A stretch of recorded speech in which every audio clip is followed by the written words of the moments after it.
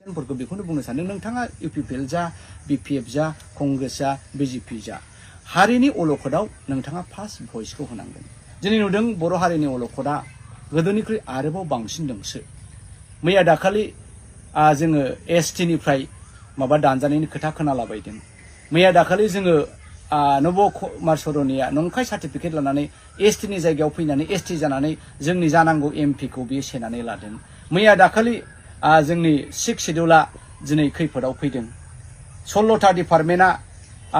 आसामाव सेनानै लांजादों दा बेफोरो मोनफा मोनफा बर'नि गां गां नुजाबाय थानाय खैफोद आरो बेखौ लानानै जोंनि लाइमोनफोरा खोब जिंगा गोदोथ' प्रब्लेमखौ जों बेबायदि खोनायामोन दिनै प्रब्लेमा बांनायनिफ्राय बांसिन दंसो जुदियो जोंनि गेदेर गेदेर दैदेनगिरिफोरा बिजेपिआव थादों जुदियो जोंनि गेदेर गेदेर दैदेनगिरिफोरा इउपिपिएलआव थानानै बिजेपिजों एलायन्स जादों मा बिथांमोना बुङा नामा मानो बुङा दा नैबे बाथ्रायाव नोंथाङा बे राइट कुइसनखौ सोंदों जे कंग्रेसआव थाबा मा गर्जना बर' हारिनि खोथा बुंनो हाया नामा मावनाङा नामा मावनांगौ फार्स्ट एन्ड फरमस्ट साफ्रोमबो बर' बिमानि फिसाया बे बर' हारिनि जाथाखौ बुंनांगोन नामा आंनि बिजेपिआव थानाया आंनि सोमोन्दोआ गाज्रि जालागि दाजा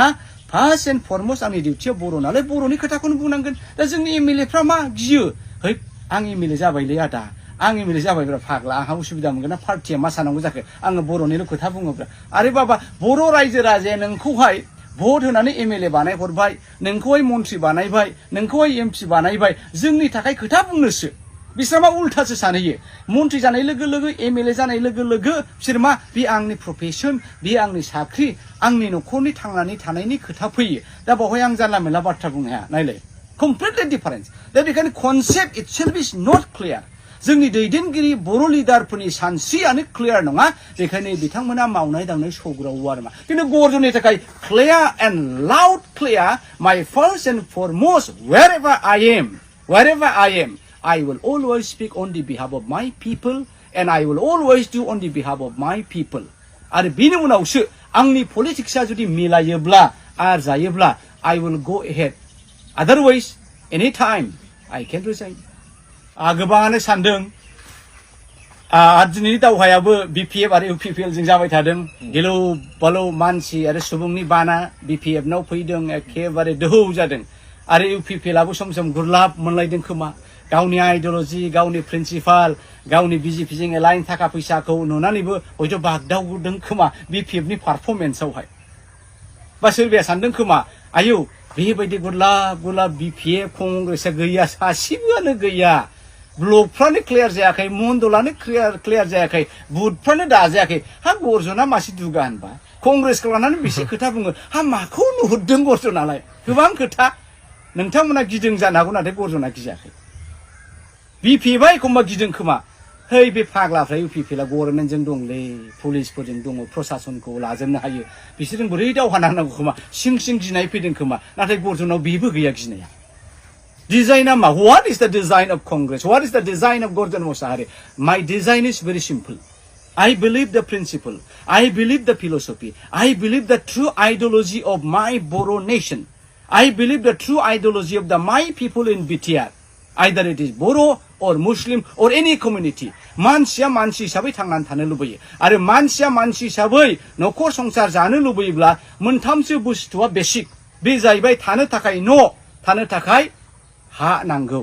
आरो थांनानै थानो थाखाय स्कुल कलेज हाथाय बाजार शान्ति परिबेसखौ नांगौ बेखौ जेब्ला सासे व्यक्तिया होनो हाबाय बेनो सरकार बेनो गभर्नमेन्ट बे जिनिसखौ इउपिपिएलआव नुवाखै जों दिनै बे जिनिसखौ बिजेपिनाव नुवाखै जोङो दिनै जेब्लानाखि गर्जना इलेक्सन केम्पेइनाव नामायगोन आङो बे एजेन्डाखौ खोन्थागोन जे फैबाय थानाय समाव गर्जना कंग्रेसखौ लानानै बे बड'लेण्डआव माबायदि गभर्नमेन्ट दानो नागिरदों गर्जना कंग्रेसखौ लानानै बड'लेण्डआव माबायदि खुंथाय लाबोनो नागिरदों मा डिफारेन्स खालामगोन सिम्पल डिफारेन्स नाय रायजोफोर आं दहायनो होनखादों पिपल्स इम्पर्टेन्ट इज माय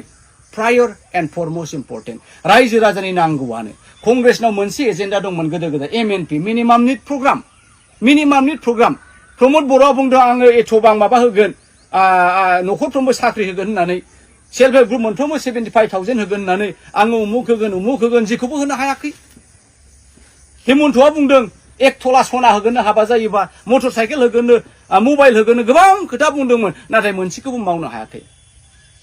जोंना कंग्रेसनि सिम्पल डिजाइना जाहैबाय साफ्रोमबो आसामबासिया साफ्रोमबो बड'लेण्डबासिया जाययानो भट होबाय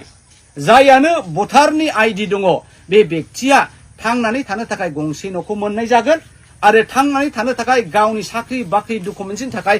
दब्लायसे हाब्लाबो बिसोरनो जोङो होगोन आरो मा जिहेतु बिथांमोना जोंनो भट होदों बे एजेन्डा आरो 2 नाम्बार एजेन्डाया जाहैबाय नायदो बिपिएफआ दिनै गिलु बालु हुलुस्थुल आवगायदों